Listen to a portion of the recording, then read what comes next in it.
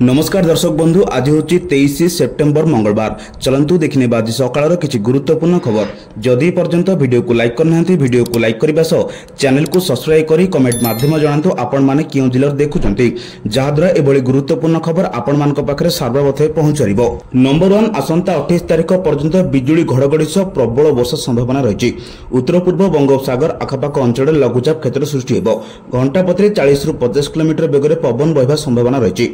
24 तारिख पर्यंत समुद्र मध्य को न जावाक मत्स्यजीवी मानक परामर्श देते आंचलिक पाणीपाग विशेषज्ञ। आसंता काली सुंदरगढ़ और संबलपुर जिला को ऑरेंज वार्निंग जारी होची। भुवनेश्वर आंचलिक पाणीपाग विज्ञान केन्द्र पक्षर सूचना जारी होची।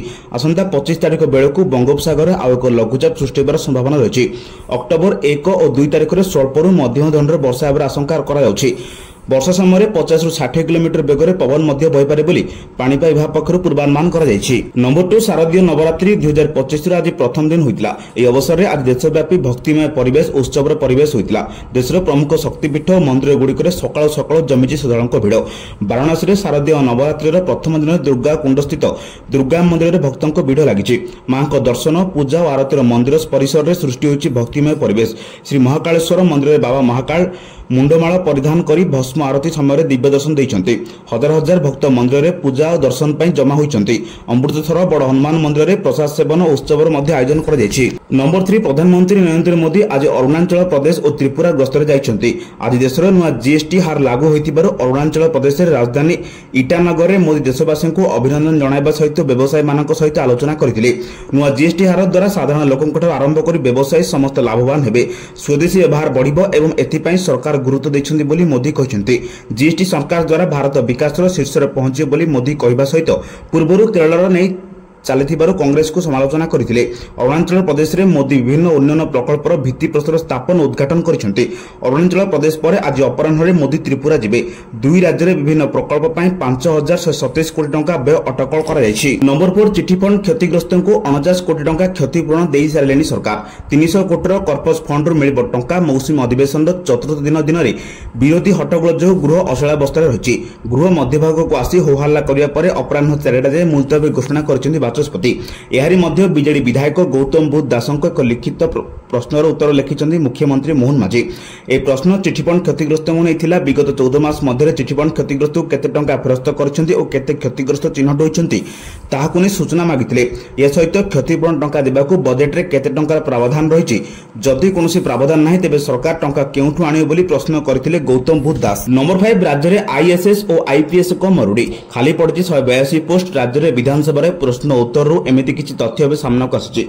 सूचना मुताबक राज्य में भी 182 आईएएस आईपीएस और आईएफएस पदवी फांका पड़ी। एने लिखित सूचना देते खोद मुख्यमंत्री मोहन चरण माझी।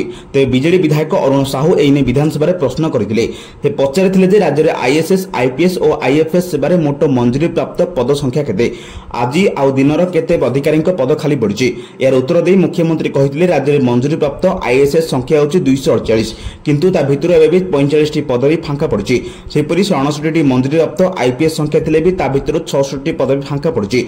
सेहीभଳି एबे 342 ओएसएस पदवी एवं 141 ओपीएस पदवी खाली पड़ता बोली मुख्यमंत्री सूचना देइछन्ति। नंबर 6 कंधमाल जिला जी उदयगिरी ब्लॉक कलिंग घाटी में पुणी थे भूस्खलन होइछि। गत 16 तारिख मध्याह्न भूस्खलन होइतिला। सोमवार प्रबल बादल फटा वर्षा पूर्व भूस्खलन होइतिबा स्थान मरामती चलिथिबा बेले ताहा मध्य धोई जाइछि। सेहिपरि पूर्व भूस्खलन होइतिबा स्थानरो आउ किछि दूर रे एक पुणी एक कलभर्ट तळु धोई होइजिबारु ताहा एबे भी गुरुत्वपूर्ण अवस्था रहिछि। फल मरामती कार्य बाधाप्राप्त होगा आशंका कर मरामती पर उक्त रास्तार गाड़ी चलाचल जो संभावना देखा ताहा पुणी धूलिसात हो जाइछि। मरामती कार्य नियोजन मेसीन हाईवे और मरामती सामग्री नहीं उक्त स्थान में पहुंचा एक प्रकार ठप हो जाइछि। पूर्व होइतिबा भूस्खलन स्थान में प्रबल वर्षा जल प्रभावित होता बेले पहाड़ू बड़ बड़ पत्थर भासी आसी मरामती कार्य को पुणी थे नष्ट कर देइछि। नंबर 7 सरकारी चाकरी प्रस्तुत होतिबा युवक युवती मानक एक बड़ खबर। प्रतिरक्षा गवेषणा और विकास संगठन DRDO solid state physics laboratory SSPL नियुक्ति घोषणा करिछि। जेउंथरे प्रार्थी मानकु लंबा लिखित परीक्षा देबाकू पड़िबो नाही। चयन केवल साक्षात्कार उपर आधारित हेबो। ए नियुक्ति अभियान रे मोट 14 पदवी पर नियुक्ति दिया जिवो।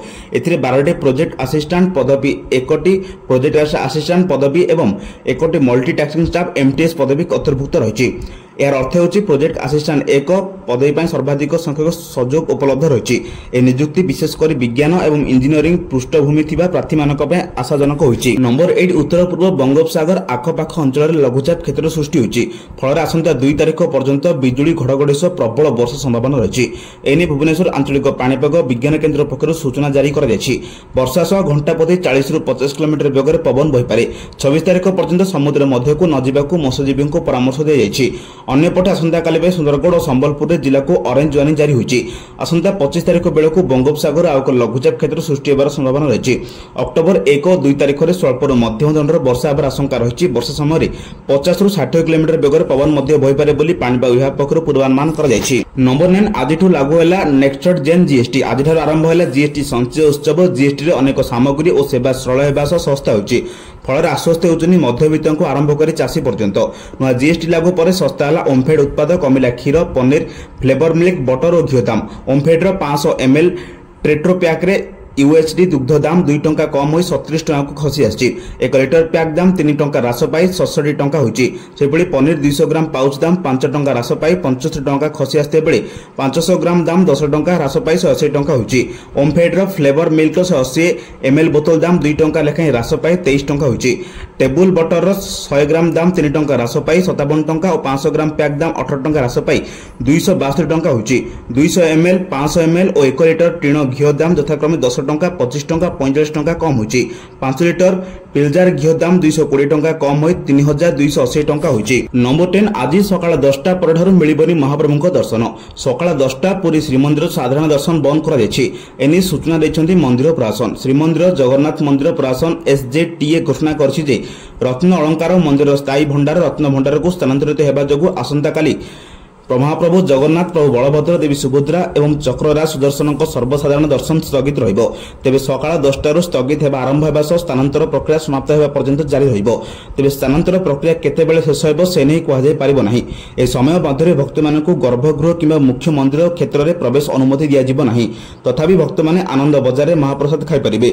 ए समय रे आनंद बजार भक्तों पई उपलब्ध रहिबो जहा भक्त मानकु पवित्र प्रसाद रो अंशग्रहण करबाकू अनुमति दिया जिवो। नंबर 11 जल विद्युत उत्पादन जोगाजोग पर्यटन और सांस्कृतिक विभाग में उत्तर पूर्वांचल राज्य देश में उदाहरण हेबो।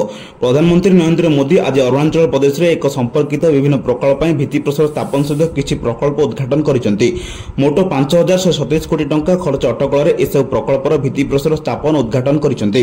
अरुणाचल प्रदेश दुईटी बृहत जल विद्युत प्रकल्पर भित्तिप्रस्तर स्थापन कर जायछि। या मध्य रही हिओ एवं टाटो एक जल विद्युत प्रकल्प।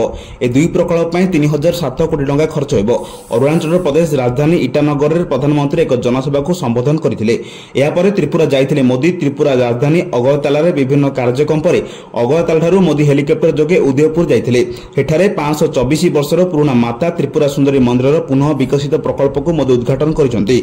ए मंदिर विकास पई 70 कोटी टंका खर्च कर जायछि। हेलीपैड रो मोदी त्रिपुरा सुंदरी मंदिर पर्यंत 12 किलोमीटर रोड शो मध्ये करथिले। नवोदय चलित वर्ष फिका पड़िबार दशहरा। उत्तर पूर्व बंगोपसागर एवं आखपाख अंचल लघुचाप क्षेत्र सृष्टि हैला। या सहित जड़ित घूर्णिबल समुद्र पतन ठारू 5.8 किलोमीटर उच्चता पर्यंत व्यापी। आगामी 24 घंटा भितर पश्चिम और उत्तर पश्चिम दिगरे गति करिबो। फल राज्य में विभिन्न स्थान में वर्षा जारी रही। अपराह 3टा पर्यंत केन्द्रापड़ा कंधमाल और रायगढ़ जिले में प्रबल वर्षा नहीं सतर्क जारी कर आंचलिक पाणीपाग विभाग। सेप्टेम्बर 25 तारिख पाखापाखि आउ एक लघुचाप क्षेत्र सृष्टि संभावना रही। पूर्व केन्द्र और संलग्न उत्तर बंगोपसागर आउ एक नूतन लघुचाप क्षेत्र सृष्टि होबार संभावना अच्छी। 26 तारिख पाखापाखि अवपात में परिणत होबार संभावना रही। पर दक्षिण ओडिशा उत्तर आंध्र प्रदेश उपकूल अतिक्रम कर संभावना रही। नंबर 13 केन्द्र सरकार उज्ज्वला योजना रे संप्रसारण को अनुमति देइछन्ति। ए माध्यम रे 25 लाख महिला मागणा एलपीजी संयोग प्रदान करा जिवो। एने केन्द्र पेट्रोलियम मंत्री हरदीप सिंह पुरी सूचना देइछन्ति।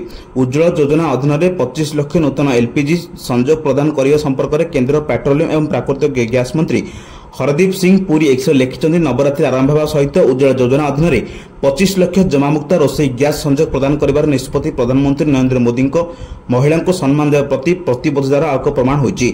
यह मां एवं भौणी मानक सम्मान एवं सशक्त करने आम संकल्प को आहरी मजबूत करे।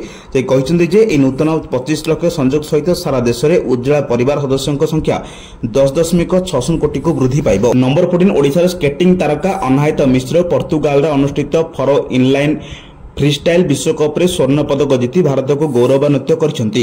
ए सफलता सह एक एशियार प्रथम खेलाड़ी भावे यूरोपीय प्राधान्य विशिष्ट ए चैंपियनशिप रे स्वर्ण जीतिछंती।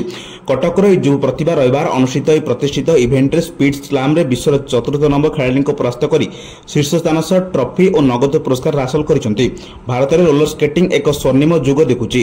गत किछि सप्ताह मध्य स्पीड सेक्टर, आर्टिस्टिक सेक्टर और इनलाइन फ्रीस्टाइल स्केटर मानक अंतर्राष्ट्रीय मंच रे निजर स्थाप छाडुछंती। नंबर 15 ओडिशा सरकार आयुष्मान भारत प्रधानमंत्री जन आरोग्य योजना कार्यकारी करिबारे अग्रगति हासिल करिसेंती।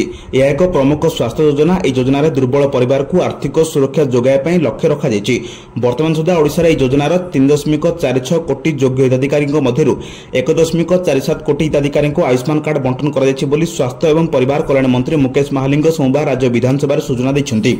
बिजेडी विधायक गौतम बुद्ध दासଙ୍କ द्वारा उठाଯାଇଥିବା एक प्रश्नर उत्तर में स्वास्थ्य एवं परिवार कल्याण मंत्री मुकेश महालिंग ओडिशा आयुष्मान कार्ड बंटन संपर्क में गुरुत्वपूर्ण विवरणी प्रकाश करिसेंती।